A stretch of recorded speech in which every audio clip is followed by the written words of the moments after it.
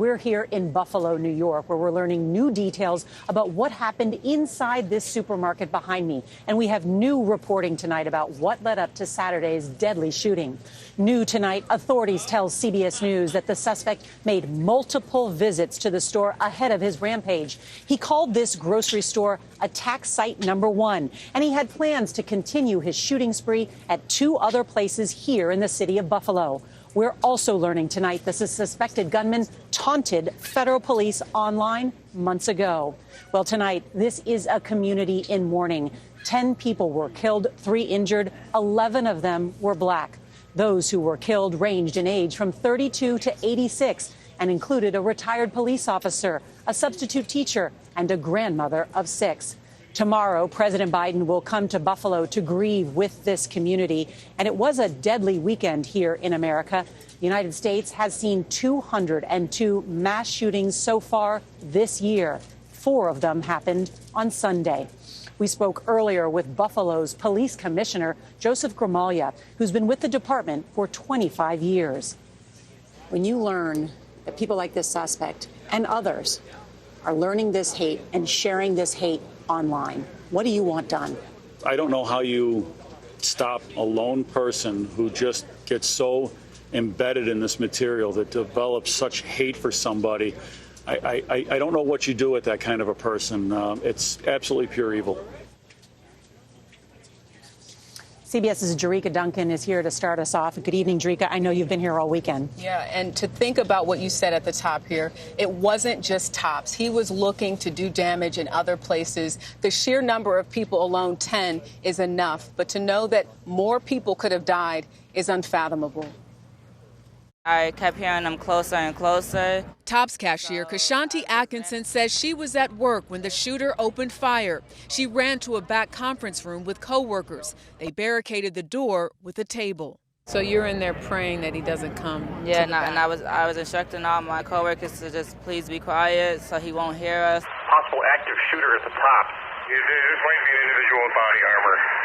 On Saturday afternoon, police say 18-year-old Peyton Gendron, dressed in military-style camouflage and armed with a semi-automatic rifle, shot 4 people in the parking lot. He then walked inside the supermarket where he encountered security guard Aaron Salter, a 55-year-old retired police lieutenant. Today, President Biden paid tribute to him. He actually was able to shoot the assailant twice, but he had on a bulletproof vest, and he lost his life in the process. The gunman shot a total of 13 people, killing 10. Investigators say he had plans to go to another store after the rampage, but he was arrested. Police also say he drove more than 200 miles from his home in Conklin, New York, to kill as many black people as he could. Gendron pleaded not guilty at his arraignment on Saturday to a charge of first-degree murder. A CBS News source says the shooter wrote a lengthy online post where he described himself as a white supremacist. He even scouted out the supermarket in early March and visited the day before the shooting. Seeing the video in my head, picturing her dropping the ground over and over. Tremaine Bryce says he saw the video of his 32-year-old girlfriend, Roberta Drury, gunned down. I'm hurt.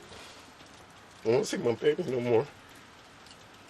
I'm hurt. Drury was the youngest of the 10 people killed. The oldest was 86-year-old Ruth Whitfield. We're mad.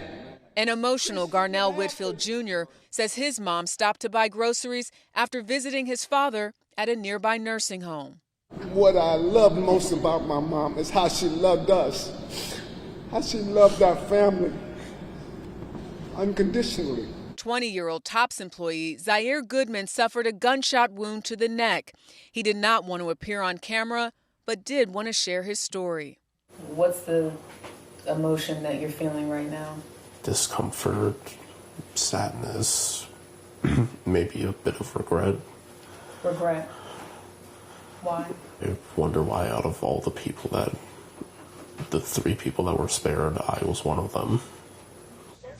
And Jericka joins us again. Jericka, I know you worked here in Buffalo for years. How is this community doing? They're trying their best to pull people together. They're offering counseling. They're coming together, as we've seen outside of this Tops, to help people who are in need of food. You know, this was a supermarket in the community that they worked over 10 years to bring it in. The council, it took them 6 years, but the community had been complaining, and it's been here almost 20. So you have that aspect. And then I just got off the phone with the mayor, and he talked about the children who are confused, they're upset, they don't know what to make of this, and said this is the time to let them know and remind them that love conquers hate.